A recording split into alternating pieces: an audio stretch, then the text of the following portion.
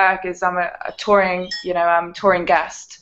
So I'll, obviously fly to different cities every weekend, and maybe do somewhere like Vegas, 4 to 6 times a year, or LA, maybe like 5, 6 times a year, and that's the way that I sort of like go. And there's some cities that you can go to quite a few times a year, and then there's some places that you can only visit once, twice a year. It really just depends on the market on these places. Yeah, that's true with your promoters, right? Yeah, yeah, of course. Just different venues. They can handle different amount of acts. How about for future music festival? Saw that you were put on the lineup. Do you have anything special planned to play on that set, or is it gonna be like typical Helena? Well, because I found out that I'm going to be opening up those stages at every city. I'm playing on. I think it's classed as sort of the third stage, but if you were to talk in, I hate this word, but EDM terms, it's kind of like the second sort of EDM stage. So I believe also on my stage, I've got Danik, Dyro, and quite a few of those guys. So it should be really fun. It should be really cool. Because I'm opening up, I don't know how many people I'll be starting with. So it'd be very unprofessional to sort of go in full guns blazing, like 12:30, whatever it is, midday. So I always kind of like to play to my set time, but still, I'm not exactly going to be playing deep house. It's still going to be very up tempo, but I don't know what I'm going to play yet. But I like, especially for these big events, to do a lot of edits of new stuff. Obviously, I'll be playing all my own music as well as making a few new mashups and edits. Just to sort of keep the set really fresh and quite special. So we're gonna see some new bootlegs then? I'm actually obsessed with mashups. I make them in my sleep, and I'm sat there on planes, and I feel you. I don't know. I like it. I like making, especially for my sets. I like, everybody has access to the same music.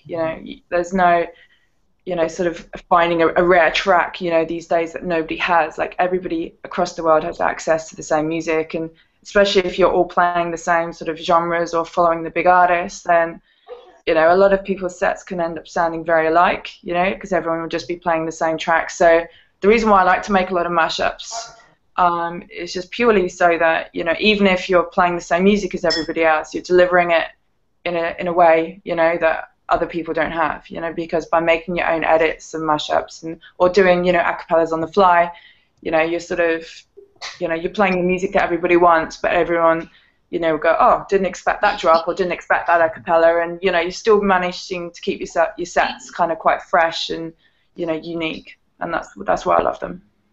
They are amazing. Thank you. Huh? How about EDM bangers, or all of these? How now everyone's playing and making music that sounds all the same. What do you think about that? I think with anything, if you have overkill of any one, thing, in your life, I think it becomes quite boring, and people will get over it, and it will have a certain shelf life, and then, becomes stale, and, then people go off it, and that's why, you might then get some people that go, don't like big room anymore, I like deep house, because they get sick of it. I think it's very important these days, to try and sort of be a little bit different. There's so much competition, and everyone's, all battling to do the same thing. And I think, a lot of artists will look to the Beatport Top 10 and go, oh my God, this is what everybody likes. This is what the kids like. If I want to have a track in the Beatport Top 10, this is what I need to make. I need to make the stuff. And that's why I think everything sort of, the trend obviously has been for the music to be sort of on the very big kick drum drop vibe. The sort of Dimitri Vegas kind of W&W sort of style music has been incredibly popular, and I love that music, as well. Don't get me wrong. Like I'll play, those big tracks in my sets, but I really feel the scene is lacking, a lot of originality, Yeah, and I think it's really important, for the kids or, any of the producers these days to, take a bit of a step back, and to sort of really think about, you know, the music that they're putting out, and try and push the boundaries, and, you know, try and make something, you know, that's a little More bit different, original. you know. Yeah, you know, and to be honest, I think that is what is going to get you more attention these days, especially as a new producer coming through. You know, your music is going to get so lost amongst all these tracks, you know, that sound the same. And, you know, if you look a lot of the breakthrough artists, especially even Martin Garrix's Animals, you know, he shot, Yeah. you know, but he came up with, you know, a more unique sounding drop at the right time. You know, I know how, you know, in interviews he kind of says he took a bit of this and he took a bit of that and he took a bit of this of inspiration, put it all together, you know, to create something that sounded quite unique. And, you know, I think when obviously Animals came out, everyone was like, what is this? Haven't heard this drop before, you know, and the track was fresh, you know, obviously it's very overplayed now, but where, you know, when it came out, it was extremely fresh, and that's what I think gained him so much attention, because he was a standout. You know, obviously he's incredibly talented, but his track was a standout, and you know, that's kind of what caused so much attention on him, I think. So I think I think for sure, definitely, producers really need to try and find a way, you know, to kind of stand out. It's not very easy, but I think, you know, I mean, I know Steve Angelo's, you know, new album, you know, that he's working on, he's very much sort of stepping away from the very typical, you know, EDM sort of big room kind of stuff, and he's, you know, I believe he's using a lot of like more sort of like indie vocals and kids choirs, and, you know, kind of going just down a different vibe, still, you know, dance music, but, you know, pushing the boundaries to create something different, and the scene's really, really lacking it, I feel. So let's go a little bit around. So Omar talked a little bit. So let's go next person, and I want you to ask a question for Helena. So Jacqueline, are you ready? How you doing? I'm not first. I don't want to be first. You don't want to be first? All right. What about Brett? Yeah, I'm good. I do a few shows every now and then, mostly in Atlanta, Georgia. But I'm trying to get that base of really doing something to get my name out, more than, I mean, I was in Seattle for a little while, but I'm trying to do something more, get my name out to where I'm more of a nationally known DJ and producer. I've got some remixes out, but I haven't come out with a really good original track yet. So that's what that's what I'm working on right now. But just where did you get started doing your with your DJing? Like, how did you get started being a nationally and worldwide name? I literally started, you know, from the very bottom. Like when I first started playing, it was a hobby. I was, you know, mixing in my bedroom, you know, crashing all these mixes, and I literally locked myself in my room. I was like, right, you know, get this right, and had 2 tracks, and I used to mix them over and over again, you know, and each time sort of changing the tempo, you know, to obviously just get my head around, first of all, mixing and, you know, master, you know, the skills of it. You know, I started off very locally in the UK. I played some back rooms of, you know, house parties, friends' birthdays, you know, that kind of thing. And then just obviously as I got better, you know, it just sort of started building up slowly and slowly. I think it's incredibly important once you reach a certain level, you know, to get on an agency, you know, because, you know, you can sort of be playing locally, but, you know, it's so much better when you've got somebody, you know, batting your corner, you know, saying this artist is really good, you should give them a chance. And networking in this industry is incredibly important as well, you know, and to have the right attitude, and you know, to go around, you know, if you're in your own town, you need to go to the clubs that you want to play, you know, get friendly with the promoters, get them to know your name, you know, kind of, because people are much more likely in those situations to give somebody a break who they know than just some random, you know, mix CD being sent through in the post. So I think initially you need to conquer where you live, you know, and then just start looking further, you know, further afield. And I mean, these days, it's very hard, because for a DJ to break through these days purely off the back of DJing. It used to be the case, but now you have to be obviously a DJ and producer. You know, so it's great that you're doing production, and I would say lock yourself in the studio and, you know, keep working on that original track and, you know, send them out, offer to do remixes for free of bigger tracks. Yo, You know, put your SoundCloud up, push that, that's get pretty a, cool. you know, a Facebook fan page. Really sort of think about your Yeah. branding, your marketing. Who are you? Like, what do you Yo, represent? dude. No You know, respect. where do you, Alright, I do gotta you go back to work here. see yourself in the market? You know, you've just got to really think about the whole Right. package. And I will just be go. very, I'll work on be that. very persistent, you know, very persistent, and just keep pushing forwards. And, you know, each show that you play, you know, hopefully you'll get more fans off the back of that one and repeat bookings. And, I mean, unless, you know, you make an Animals track, you know, there's kind of no quick, you know, route to sort of like shoot to the very top. Right. You know, the rest of it is just graft and persistence and, you know, just a lot of hard work and determination. Right. Yeah, I'm definitely have to gonna get out of where I'm in Tennessee right now. That's where I'm originally from. Have you been playing So, much in Tennessee? yeah, I'm from Tennessee. But are you playing a lot there? Are you playing out much? See, I'm doing mostly just little parties right now while I'm in Tennessee. That's why I moved out to Seattle in the first place. Yeah. I got my name out in Seattle. I played at Foundation and I played at Volume. That's great. And did some stuff around there. I mean, never any headlining jobs, mostly just opening for people. But I did that out there, and now I'm back in Tennessee, and my next move is Anaheim, California. So that's where I'm gonna head next, and try to set my name off there and some of my sounds and my music. Yeah, that's awesome.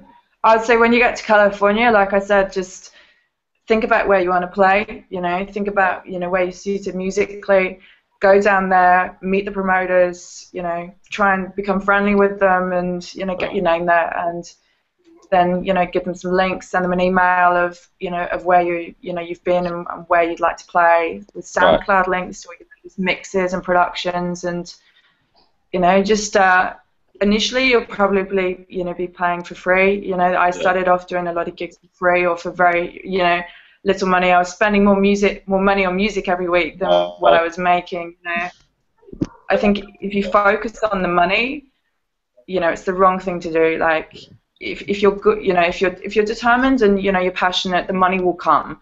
Don't ever focus on the money. You know, it's the wrong thing to look at. There's been a lot of times where I played for free like that. But I mean, it's just because I love doing it. Like, I mean, it doesn't matter if I'm playing in front of a couple hundred people or 50 people. Like, I like to spin, and so I mean, it's always fun for me. So money's not really an issue.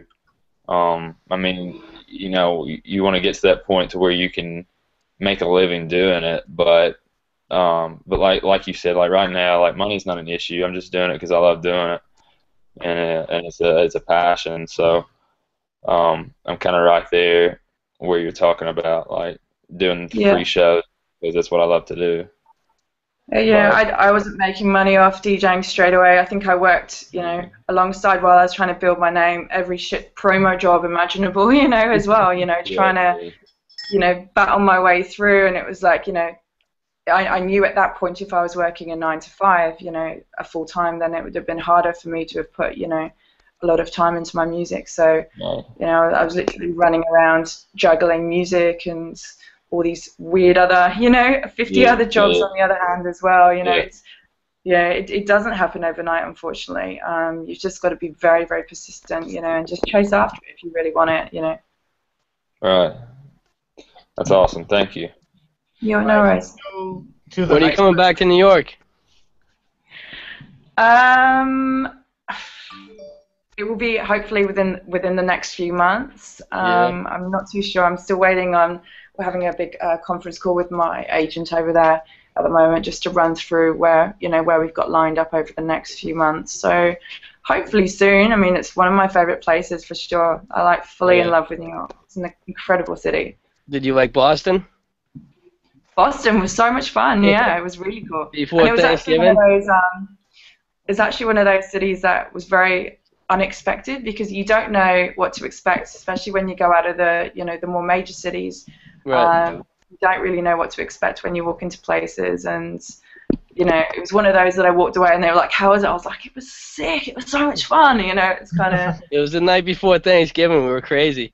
I know. It was absolutely freezing down there as well. I Yeah. got the after that I got the train to New York, Yep. and so sat by myself on the train on Oh, no. Thanksgiving, absolutely freezing, like making my way up to New York. But You it was played the awesome. next night in New York? I did. Oh no, not Thanksgiving night. I played the following night with Nice. Dennis Koyu at Pasha, which was incredible. Yeah. Wow, Pasha, that's awesome. So awesome. Oh, That's that's just sick. one of my favorites. Hey, it's so good, so much fun. Are you gonna be coming down to Miami? Well, obviously I'll be in Miami during The Miami music week. conference? Yeah. Still waiting Congrats. on the report. Like I said, we're still waiting on the report from my agent of what shows are lined up. But I will definitely be in Miami during Miami week. Oh, that's awesome. I think, yeah, like there will definitely be some shows going on during Miami, and I'm working on it at the moment. I'm ordering in loads of hats and bags and stuff, so that there's lots of free giveaways. So you'll probably be walking down the street and keep spotting like Helena hats and bags. That's like, awesome. Trying to go for a bit of a takeover branding. Have everybody. I don't have a bus yet. You know, I don't have my own hotel or a bus yet, but we're working on it. It's Get a fun. VW get bus. Yeah. All right, so what Are you about from Miami? Is Jacqueline from Miami? Yes. Yeah. Are you going to be there during Miami week? Of course. Oh yeah. All Yeah. week. What's your favorite party you're looking forward to? Well, I'm really into the house and the trance, so definitely gonna go to the State of Trance. Nice. Yes. Very Do you cool. feel do you feel like there's a lot of competition between the DJs and the scene, or not so much?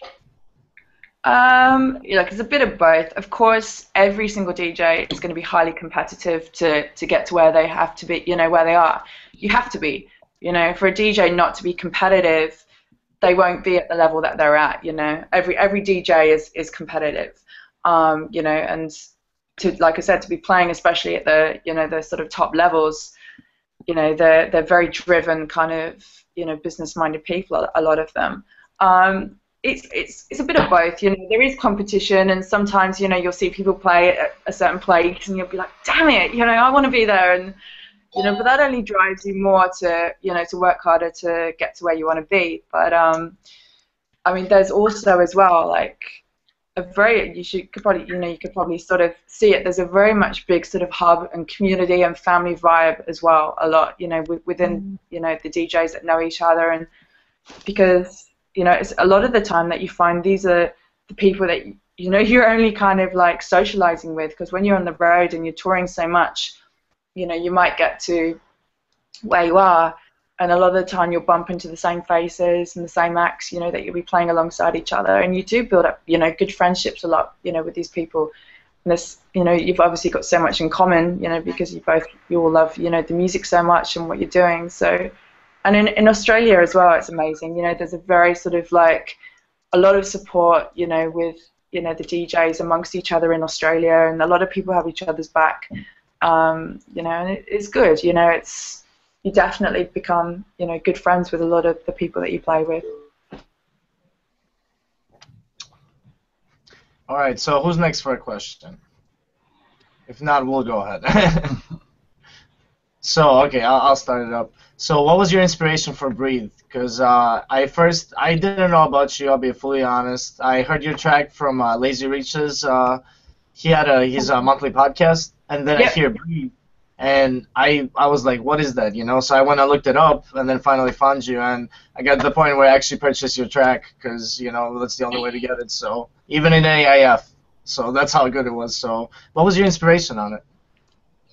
The inspiration behind Breathe, it was kind of, you know, I wanted to create something that had a tough drop, but obviously on the breakdown as well, that it felt, you know, quite sort of warm and uplifting, you know. So I think with Breathe, you know, you've got the very nice sort of like uplifting chords, almost, you know, on the sort of summer sort of vibe to it. But it was having the, you know, the contrast of the two, where you had something that was very kind of a bit more warm and uplifting, you know, building into something of when it dropped it to just be full out, you know, filth.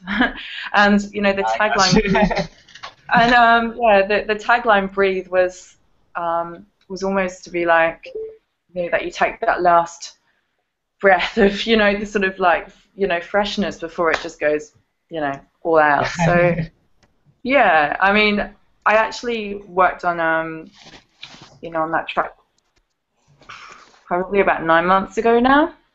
Mhm. So yeah, it's, you know, it was kind of, and my sounds are always forever changing. You know, the music that I'm currently working on at the moment doesn't sound like Breathe. You know, so it's kind of, that's where my head was at that time, and you know, that's what I was loving at that moment. You know, but even though, you know, my style is always the same. You know, as a general, you know, electro progressive, my personal tastes on tracks are forever changing. You know, so yeah, I mean, but I love Breathe, you know, don't get me wrong, I love it, and I'm sort of like smashing it in my sets. I think it's, you know, I think it's a good one, but, you know, the stuff that I'm working on at the moment, I've just got a big vocal back from from a big well-known, like, big house vocalist, international Can't house tell us, vocalist, right? you know, but that I'm mixing that, you know, with, you know, more sort of like techie, proggy, you know, drop, Yeah, you know, so it's kind of, I mean, my music that I play, you know, if you hear my sets, you know, I don't think you can pigeonhole me as just electro, you know, or just progressive. You know, I am a mix of both. You know, I like to sort of change my sets up. I like big, heavy tracks, you know, but then I also love beautiful vocal tracks that are very melodic and progressive as well, you know. So, you know, with my productions, I will be making both. You know, you will hear like me making absolute filth, and along with, you know, more sort of like very catchy sort of big vocal tracks as well, because I definitely want to do a mix of both. Is there any way you could tell us whose vocals they are? Or we gotta wait? I can't yet because we're still Okay. sorting out the business end, but we're trying to get it pushed to be released pretty soon. Awesome. So keep an eye out, because the aim I'm is already following you on SoundCloud. Don't worry about it. as quick as possible. All right. Who wants to ask another question next, guys? Do you think people take you less seriously because you're a girl, or no? I mean, I get asked this question, you know, so much, and I think, I mean, what I keep saying is the day that I stopped getting asked about being a female in the industry is a day that it's no longer relevant, you know, because it's obviously still relevant because everyone keeps asking it, and you know, I think it's, you know, it's a bit of a funny one because there are pros and cons, obviously, to being a girl. You know, you obviously get more attention on you and you get known quicker because there's less female artists in the scene. So people get to know who you are a lot quicker, you know, than if I was, you know, a guy sort of trying to break through, making his music. You know, you are more standout because you are in a smaller market. But then on the flip side, like you said, it's like trying to get taken seriously properly and to prove that you're a credible artist. And you know, when I first started playing, people were like, "Oh my God, she can actually play." You know, it was like this whole, they couldn't get their heads around the fact of like that you could possibly be female and actually play. It was a very, you know, strange attitude that people have. You know, I don't know why they think that a girl could not possibly, you know, mix two records together. It's just crazy. And even then, they would assume that you're playing a pre-mix CD because they don't, you know, oh well, she's too good, or blah blah. You know, she must be doing a pre-mix CD, which is still the attitude of like they still don't think that, you know, you could be good enough because you're a girl. And even now, sometimes you get comments go, "You're really good for a girl." You know, it's like, oh, cheers, mate. You know, talk about a backhanded compliment. You know, it's kind of, thanks, I think, not. So I would say, you know, like I said, it's a bit of both. But I mean, what I would say to sort of, you know, aspiring girls is it's a lot harder to be taken seriously if you don't put yourself out there, you know, properly. You know, if you're trying to market yourself, you know, in a bikini, being sexy, going, hey boys, you know, I can DJ. They will look at the fact that you're in a bikini, or, you know, look at this, and that's all they will see. You know, same as if you're DJing in a bikini top and tiny little shorts. You know, you could be the best DJ in the world. They still won't be listening to your music. They'll be standing there looking, you know, at everything else about you, and they will not be paying attention to your music. So, you know, the advice that I would give to aspiring girls is, if you know you do want to be taken seriously within the market, you know, it's very important how you know, be seen in the market and how you put yourself out there. You know, you're already going to be up against it purely because of the fact you are a girl. As you know, as I said, they won't expect you to be good. They won't, you know, expect it from you. And I just think you should, you know, if you do want to be taken seriously, you have to put your music first and not be all about this. You know, that should be a bonus. You know, go, oh, she was awesome DJ, and you know what, she was hot too. That should be second. You know, it shouldn't be the first thing that they talk about of you. You know. So it's finding the balance between, you know, being marketable and, you know, attractive, but also be seen very much for your music. It's finding that balance, I think, is really important. I have All a right, question. what about next question, guys? Go ahead. I have a question. So what do you do to prepare to go like on stage before you play a set? So normally, like, most DJs have like a little sort of ritual kind of thing. I normally check into my hotel. You know, you either get taken out for dinner with the promoter, or, you know, a lot of the time DJs are quite antisocial and they just like to order room service by themselves. Have a glass of wine, and I always do my playlists on the night. Like, I always like sort of export my playlist through Recordbox, like at the last minute, because I'm constantly thinking of stuff that I might want to play. And you know, if I did that on Monday, I know by the time it came to Saturday, I would have so many more tracks that were ringing around my head. I'm like, damn it, I should play this, I should play that, you know. So I do like to do that kind of, you know, I'll sort of start preparing, depending on the show, you know, I'll start preparing sort of during the week, just in iTunes, just making folders and just pulling across tracks that I think that I might want to play. I never pre-plan my sets to the point of, right, I'm introing with that, and, you know, at 5 minutes I'll drop this, and then, you know, I don't program my sets in that way. I just make playlists of what I think that I might want to play that night, and I just pull them all into one big folder. Obviously, you know, I try and keep my sets very up to date with new music. I love playing new music, so I'll be constantly downloading a lot of like fresh stuff. And then obviously on the night, I will do a Recordbox folder, pull all my music that I've been collecting in during the week from iTunes into Recordbox, and then the last minute before my show, I'll export it to my USB, and then get to the show. There you go. So there you go. It's pretty much So done you on mentioned you the drink fly wine. a What's your lot. favorite wine? Sorry? Say that again. What's your favorite wine? Favorite what? Wine? Wine. Oh, wine. I love red wine. So Shiraz, Pinot are my favorites. Like, if I have one glass, I'm okay. If I have 2 glasses, I'll start to get really sleepy, so it's not a good idea. Like, but I'll have like 1 glass kind of with my meal. I like that. And then when I get to the club, I've learnt that I can't drink as much as, you know, as what you like to sometimes, you know, especially when you're touring. It really, you know, takes it out of you when you have, like, you know, if you're going to go out and you're going to smash yourself on alcohol while you play, and then you go, okay, right, I've got 3 hours before I'm getting picked up for the airport, you know, and then you get to your next show and you're so hungover from the night before and you're not on form because you know, you're dead, you know, because you've caned yourself. So, you know, you have to learn about where you draw the line with your partying and traveling and being professional, you know, and it's hard because you go to these shows and, you know, you have to be the life of the party, and, you know, if you turn up a lot of the time, you know, and the promoter's like, what do you want? And you just go, a bottle of water. They're like, I'm sorry? Sorry?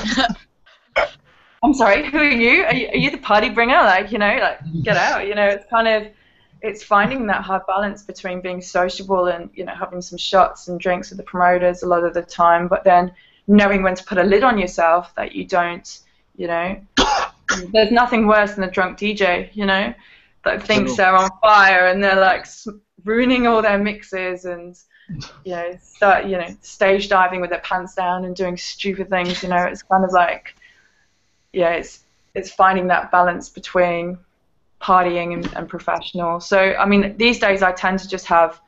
I love tequila, which is dangerous, but I like It is to have dangerous. it is dangerous. I like to have a few shots of tequila, just because I feel it helps me play. Just because it loosens you up a bit. You need to kind of like really much feel the vibe when you're playing, and I feel if I have a few shots, it just helps my fingers to flow. So I'll normally have a couple of shots, and then maybe like sip a vodka soda while I'm playing or what have you. If you're gonna have a few drinks, just make sure that you don't have, I'm gonna go out and party after. Just try and make sure you don't have like, that you're not getting picked up at 8 a.m. for another show. So you just got to pick your moments, I guess, of when you go party. All right, for you though, I would suggest Ciroc. I don't know if you like vodka or not, because it's really clean. So just from my experience, I never had a problem DJing. So. Yeah, I do have Ciroc sometimes as well, and Belvedere's on my rider too. Belvedere's great. Yeah, Belvedere's good. I don't drink champagne. It just doesn't agree with me. Like I have it on my rider, but only if it's like for people that come with me. If I ever have a crew at my show and you can offer them something to drink. I'm not a fan of spraying champagne in the crowds. I don't know. It's just not my vibe. I don't know. It's not champagne showers. I don't know. It's just not me. But I'm sure it's fun for the people that walk away stinking of champagne. No, ruin your clothes. Yeah. All right, what did you want to ask, Wojtek?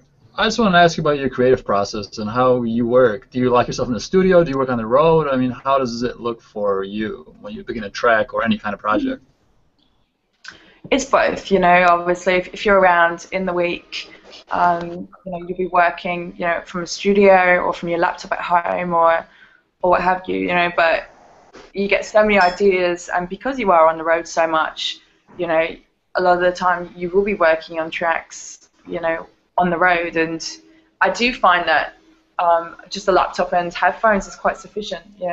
If you want to polish a track and really develop it and make it sound great, obviously being in a studio is ideal. But I mean, you can write tracks in your headphones and on your laptop anywhere, and True. you finish them in the studio later. But if you want to like especially sketch out tracks or even do edits and mixes and all that, like doing it on the fly, doing it on the road is fine.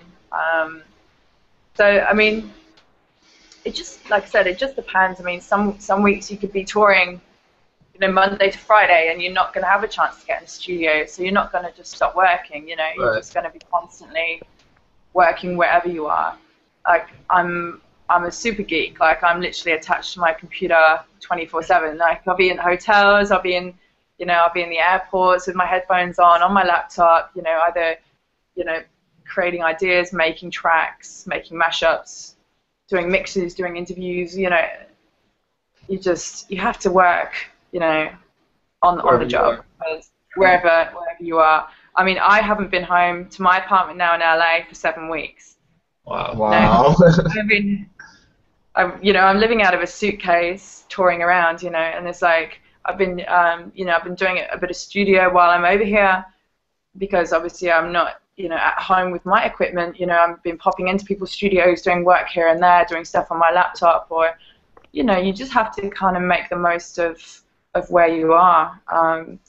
It's kind of, I've forgotten it feels weird that I even live in LA now because I've been away so long. It's kind of like, oh God, I live in LA. I'm going back to LA now. It's kind of, yeah. Get used to living out of a case and making the best of where you are. Exactly. So who wants to ask? What program? Oh, you can go. No, go ahead. Go ahead. Okay, thanks. What program do you use to make music? Well, I started off in Ableton, so I've been learning Ableton probably for the last four years. I've been working in Ableton and learning that. I felt that was the easiest program to start off with. You know, I think it's a really good program to, you know, if you're trying to learn to produce, I think it's a really great program to be using. It's, you know, I think it's very easy. Like, I mean, there's this whole sort of like debate on, you know, Logic and Ableton, and I've worked in Logic as well, but like, you know, I mastered Ableton, and I found it was so quick and easy to use. And if you look at you know, if you look at Logic, you know, you have to like right-click here, right-click there, move this piece. You know, it's very, you know, it's a lot more detailed, and everything takes much longer. Whereas, you know, Ableton, you can literally do highlight, drag, drop. You know, you're moving sections around, and especially for creating idea tracks, like for writing ideas quickly, you know, it's great. And, you know, for doing a lot of like mix demos, it's so easy, you know, with the warping and working in Ableton. So I think it's definitely a great program to start with. I've also moved on to Fruity Loops as well. So now working with Fruity Loops and been learning and writing tracks in Fruity Loops. So, and which I think is awesome. It's a really, really good program to use as well. So those are my two favorites. I know a lot of people work in Logic, but I mean, I've been in sessions with people working on Logic, and it's like, oh, it crashed again. Oh, it crashed again. Oh, it crashed again. Funny, it's crashed again. You know, it's kind of, I mean, it's great. Logic's a great program, and you know, you can get some amazing sounds out of it. But I just feel it's a bit of a headache to use personally. I think it takes too long unless you're an absolute wizard on it, which I've seen a few people obviously that can just, you know, they can make tracks in like 2-3 hours on it, you know. But unfortunately, I'm not one of those people. But yeah, I mean, everyone's got their preference, I think, of programs to use. All right. Anybody wants to go next, or else I got a question actually for you. Are you planning to launch an album? Say that again, Beth. Are you planning to launch an album?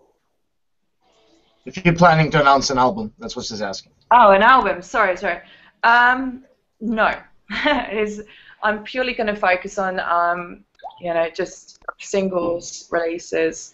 I mean, I've spoken to quite a few people that have done albums recently, and you know, they've sworn not to do another album because what they say is, you know, you spend all this time, you know, obviously out of the market making this amazing album, you then release it, and you then release it, and you're spending like the next year releasing all these tracks that maybe are no longer that current, or that you're no longer really into, that you're over it already.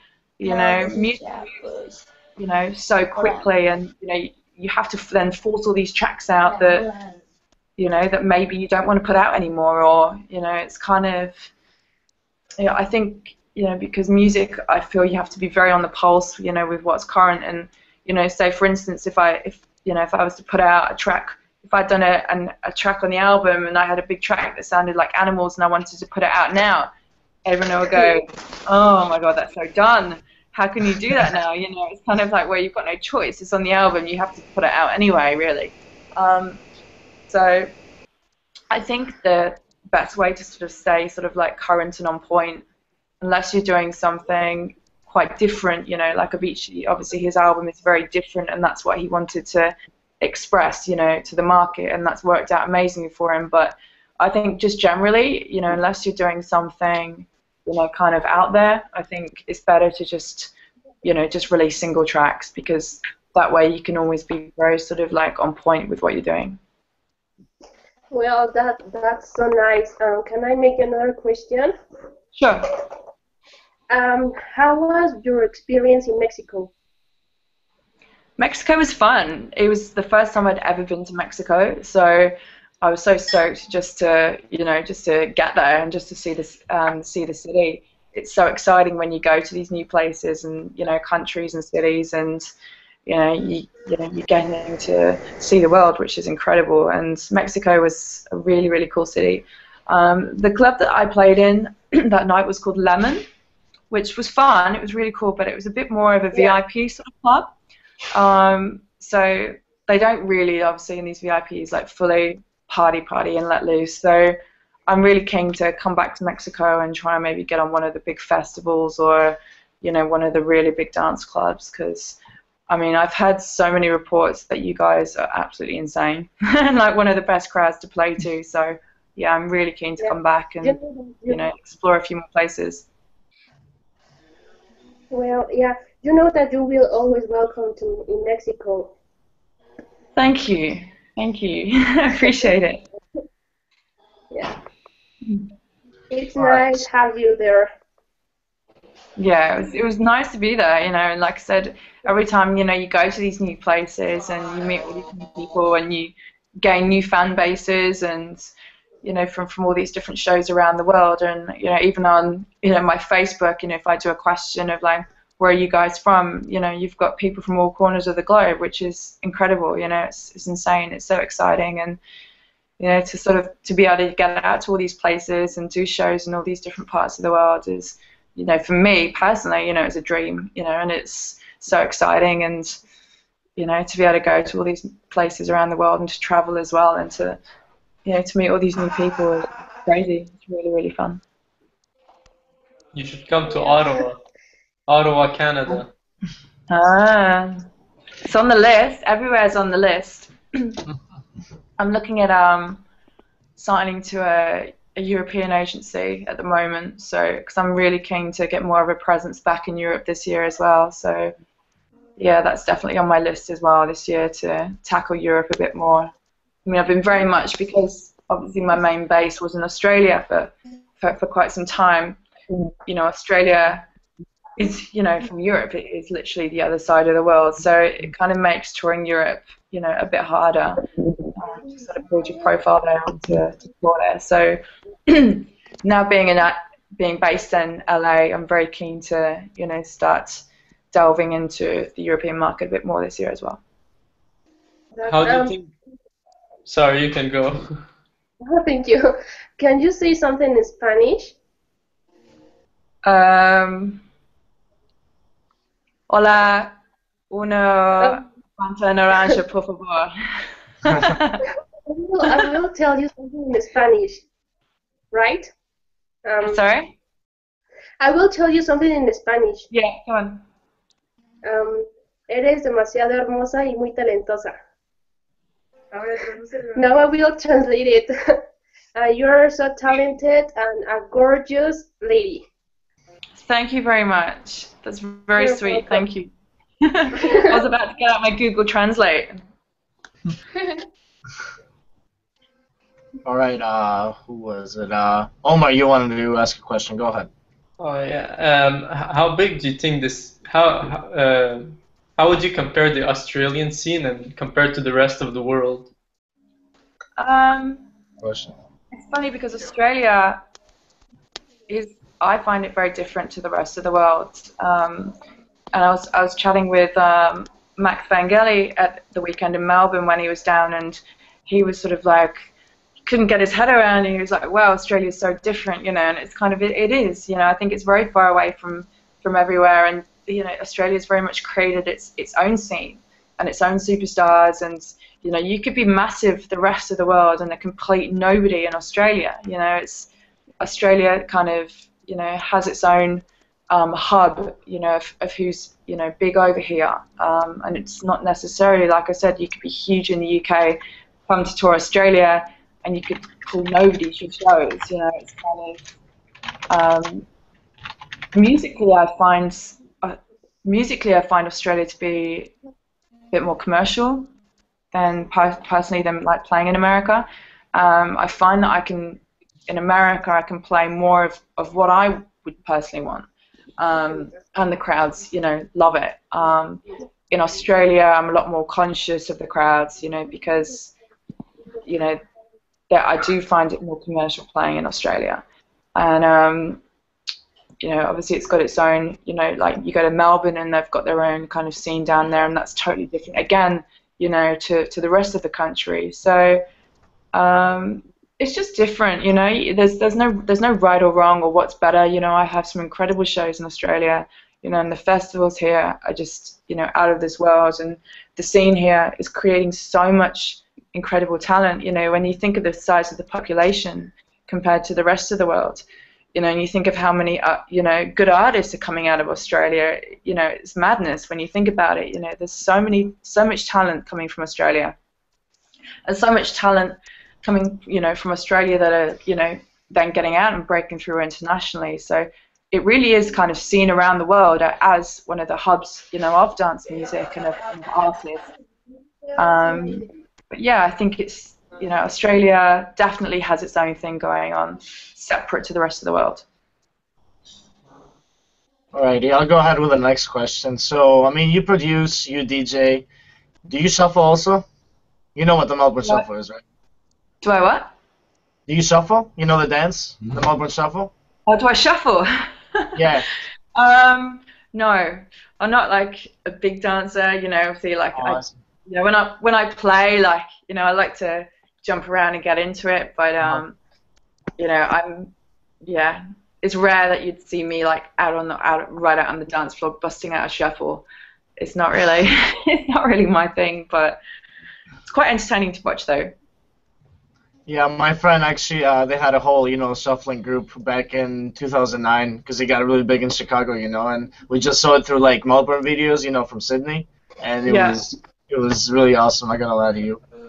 Yeah, when I was living in the UK before I moved to Australia, there was a lot of the clubs there. It was they called it the wiggle, and like they just used to dance. It used to be like these like just crazy sort of moves, and all these kind of like dance trends used to catch on, and suddenly you'd just be in a club and you just watch people suddenly busting out all these like wiggles and chicken dances. It's just some of the crazes that go on. It's quite mad, but it makes it entertaining for a DJ when you're playing and you're looking out at the crowd and you can see all these like crazy moves getting busted out left, right, and center. It's definitely fun to watch.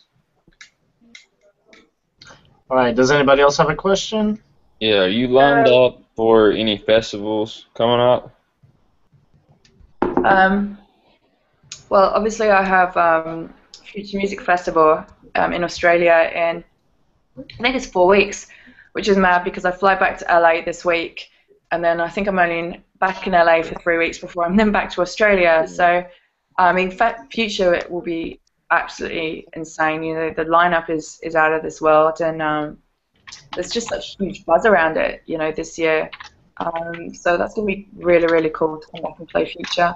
I believe, it's on the cards for, for quite a few of the big, US festivals, but just waiting at the moment, like I said, just to hear where I'm sort of locked in over the next few months. So, fingers crossed. Like I want to be, involved in, in all the major festivals around the world.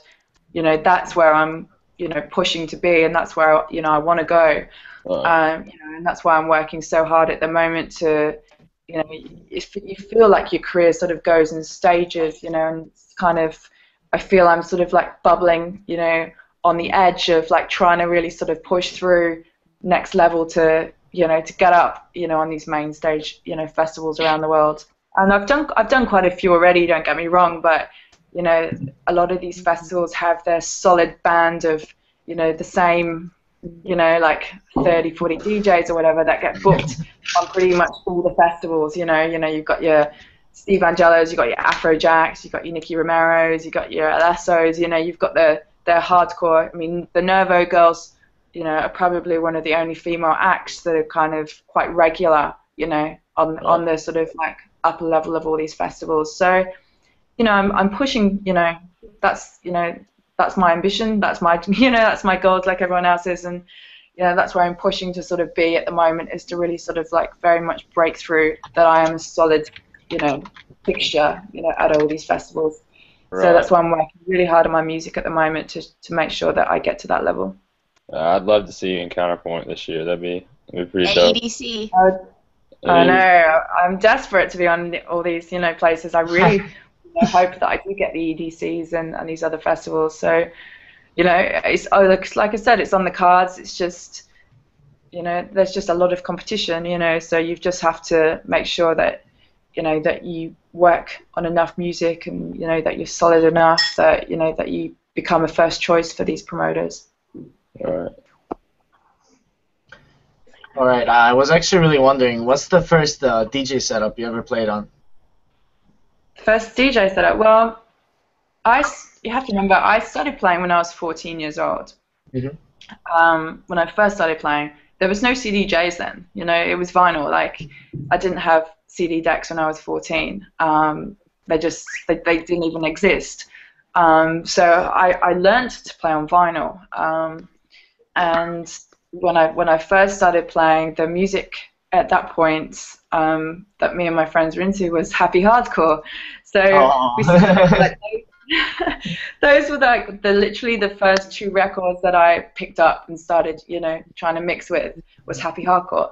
And then obviously that was just a small fad. And then my love, you know, went on to house music. And then when I first, you know, got my own set of decks, it was CDJs, the CDJ 100s, I think, was the first ones that I bought. Those were old. Yeah. They're very small silver ones. So I had the very small silver ones, the CDJ 100s, and I think I had a Nexus mixer. And yeah, that was my first setup that I actually owned myself. And then once I'd mastered the 100s, I moved on to the 1000s when I could afford to get a pair. You know, it's a kind of a costly sort of thing. Like, yeah, it is expensive, you know. So it's not something, you know, that I moved on to straight away. But as I started playing out more in clubs, you know, I was getting lost. I was almost a few shows. I think I even turned up carrying my own CDJ 100s because I didn't know how to play on the thousands.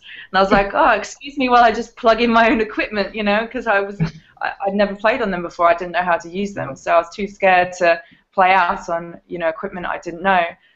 So I started carrying around my own decks to these shows, and then I eventually was, you know, saved up enough to buy myself some 1000s, mastered using the 1000s, and then I was totally gone with the 100s. And then yeah, you just got to I think start off with what you can get your hands on. I mean, the theory is obviously still the same of mixing, but That's you know, true. it's ideally, you know, you want to be playing on the you know, ideally you want to be learning obviously on the 2000s because that is what it is industry standard, you know, these days in all the clubs and festivals. So, you know, it's most ideal if you can actually learn on those because then, you know, you are confident then when you walk into a club and you go to play on their setup and you know how to use it, as opposed to me, when I first started playing, you'd have to carry in your own equipment. You know, it doesn't really wash down too well when you try and start plugging in your own, you know, your own decks.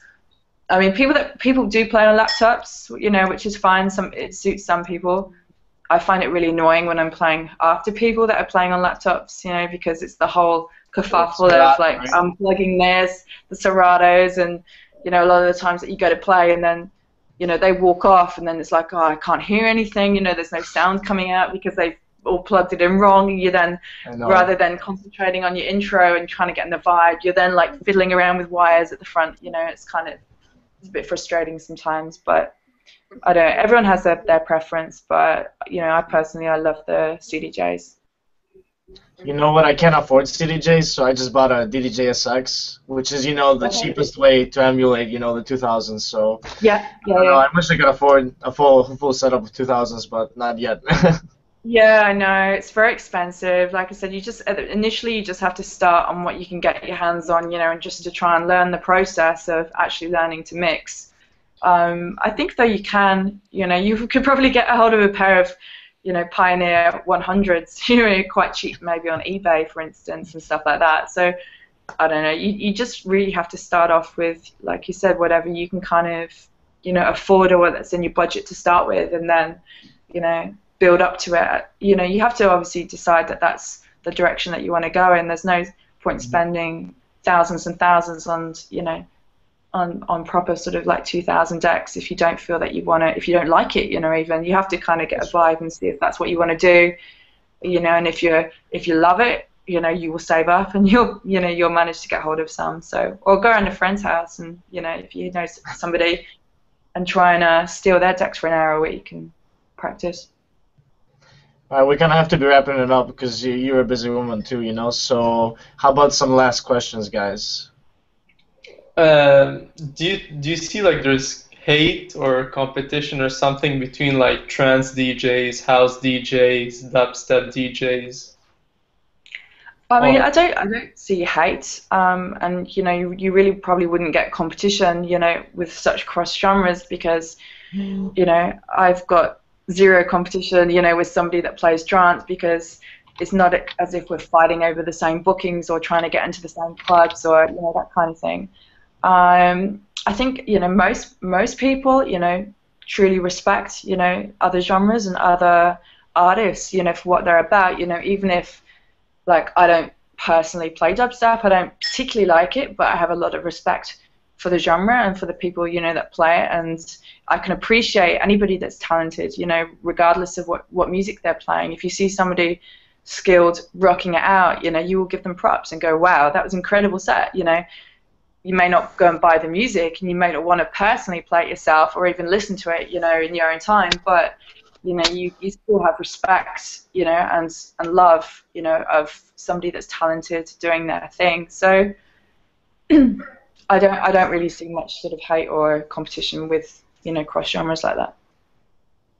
Awesome. All right, and well, Helena, I really want to thank you. I don't know if you have maybe another time. I don't know if you have time for any more questions. I don't know. Jacob just told me we're just running out of time right now. So, anybody else want to say anything?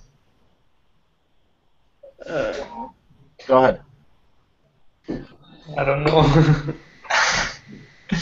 Well, anyways, I really want to thank you, and I'm really happy you talk to us. And I'm one of the writers at Your DM. You actually talked to Danny, who's my editor. So I will be supporting you all the way through because I like your music, and that's how I found you. I mean, I didn't even know what you looked like until I heard your track, and then I'm like, wow. I mean, that's No, thank you. I mean, without you guys, you're nothing, as an artist. It's all about, building up support and building up, followers and people that are into what you're doing. And, I always appreciate every little comment, everyone that comes to my shows.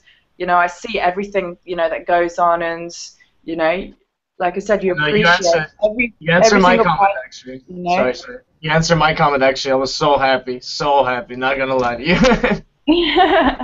I try to be as interactive as what I can. I try to be accessible, and I try to respond. I mean, you can't respond to everybody all the time, but I try to respond to people as much as I can. And and like I love getting feedback, from people. If it's even if it's good or bad, you still take it on board. It's kind of like you're putting yourself out there and you're putting your music out there, and for every person that loves what you're doing and supports it, I fully appreciate that, and I love you guys back, tenfold, because like I said, you guys are what drives us. And if I play a show and the crowd's not into it, that hurts. It's like it's for you guys. I play, and like there's no better feeling when you're really into a set and you're putting 150% into what you're doing, and the crowd is totally giving it back to you.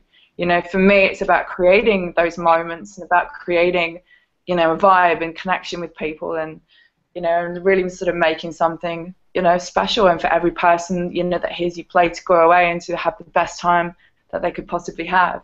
That's what I'm about. I try and create those moments for people, and when you get it back like that, that's what makes everything worthwhile. And that's what makes all the travel and the late nights and everything. Is when you go to a show, you could travel 2 days to get to a show and could be absolutely dead, but if the crowd is into it, you could walk away and you wouldn't care the fact that you just traveled for 2 days off no sleep.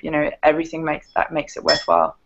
That beautiful feeling that you feel going through your veins while you're playing, Yeah, people there's nothing that that beats it. Like, I love what I do. I truly love what I do. And I love it when people love that back. Like that's for me, like I said, it's about making it really amazing for you guys, and I try and be the best that I can be. Perfect. Well, I think we're out of time, so Helena, thank you so much. Thank you for talking to us, and No, thank you. I really appreciate your time. Lovely to meet you all. and we're excited to hear your music. And if you're in Chicago, we'll definitely take care of you. So you'll be Yeah, back yeah. really soon. I really hope Yeah. so.